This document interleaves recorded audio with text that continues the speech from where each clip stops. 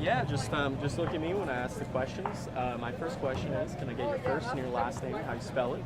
My name is Kendra Harrelson, KrendraHarralson.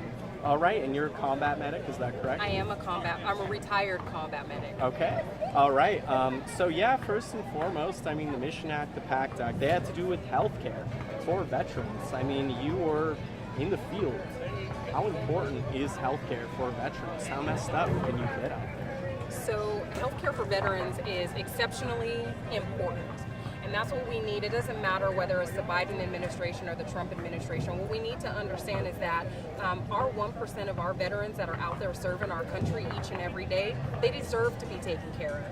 And the last thing that we need is for them to come home and be concerned about their health care. When we look at what we're going through now, sometimes for behavioral health, you can be 6 weeks out from the time of identifying that you need an appointment to the time that you actually get a screening for an appointment. Do you see what I'm saying? Like when a veteran is in crisis, that's the last thing they need is to be waiting 6 weeks when you really might only have 2 hours. So the fact that where our healthcare is at right now, where we're at with our VA, those are things that should be very, very important to any administration that we have at this time, because our veterans are dying at a rapid speed. Our women veterans are the fastest growing homeless demographic in the United States right now.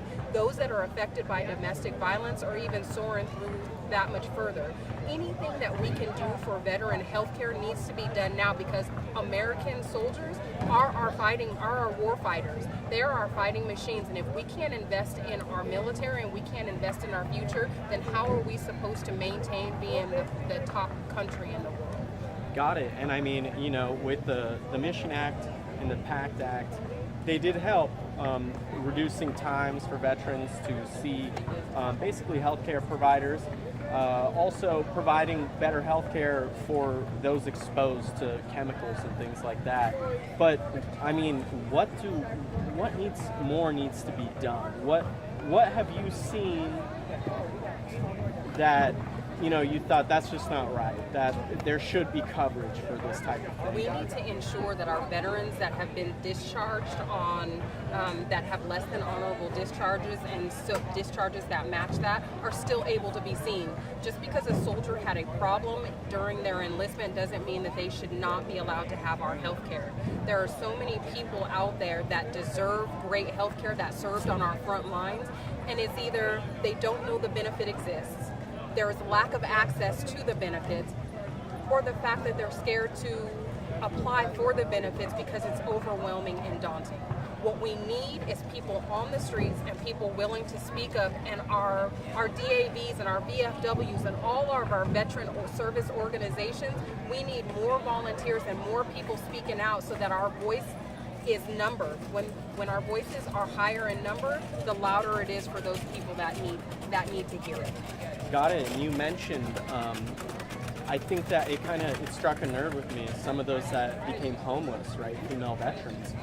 Do you think mental health is covered enough by the VA?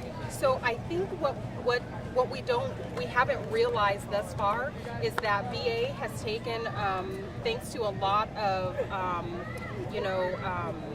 people speaking up to Congress and the House and their local representatives, such as Jazz Booth, we have taken a housing first approach. And what this means is that people are finding housing for these homeless men and women veterans, because what it does is it helps to decrease some of the exacerbation of symptoms that happens because of being homeless. So my mental health may be in the tubes, in the tanks, because I don't have a home, and I'm doing all the things that I feel like I need to be to have a home, but I'm just not getting there because of lack of access, lack of resources, lack of voice. And so getting people into the proper housing opens doors for them to be able to be properly treated, and to be treated in a healthcare facility in a state of more of relaxation, because they have the first thing that they need. And it's working in layers: housing, health, and then the rest of our social needs is where we need to work to continue to bring these veterans off the street.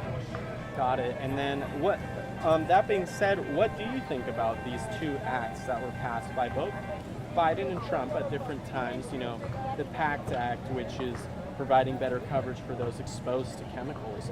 I know burn pits were a problem at one point. What do you think about that one first? So with the PAC Act, what I think is that I think we spent 20 years at war. We can't spend 1 or 2 trying to recover those people that have been affected by it. We need to give longer for those that are affected by it. We need to do better research that with those that have signed up that have been affected by it. The PAC Act is a great step forward in helping us understand the illnesses and injuries that people are suffering from I personally, being in Iraq and Afghanistan, whether it was being by the poop pond in Afghanistan or having to burn the things that came out of my body, can be disastrous, and they can be catastrophic to our health. And so I understand that, and I need the people around us to understand that, but I also need the veterans that are suffering from issues that come from the PACT Act to understand that it is okay to reach out and it is okay to sign up for some of these services and benefits. And then the Mission Act, which is, veterans, if they have to drive more than 30 minutes somewhere, they should be able to go to a private provider that's paid for by the VA. I think that is a blessing and a curse in that giving us the open option to see a provider that's outside of the military is wonderful because it gives us a greater sense of the fact that we have freedom of choice. However, where we are, especially here in San Antonio, let's look at behavioral health and mental health. We can be put out and referred out to one of these providers out here, but we are overwhelming the local economies in each and every state. How am I supposed to get mental health if there are not enough mental health providers, whether it's behavioral health for the civilian or whether it's behavioral health for the military? We just have to have enough providers, and we need to be willing to put in the work to educate and draw people in that are willing to be those providers for us. Got it. I think that's good. Can I get her name one more time? Yeah, just your name one more time, first and last, how you spell it. Kendra Harrelson, KrendraHarralson.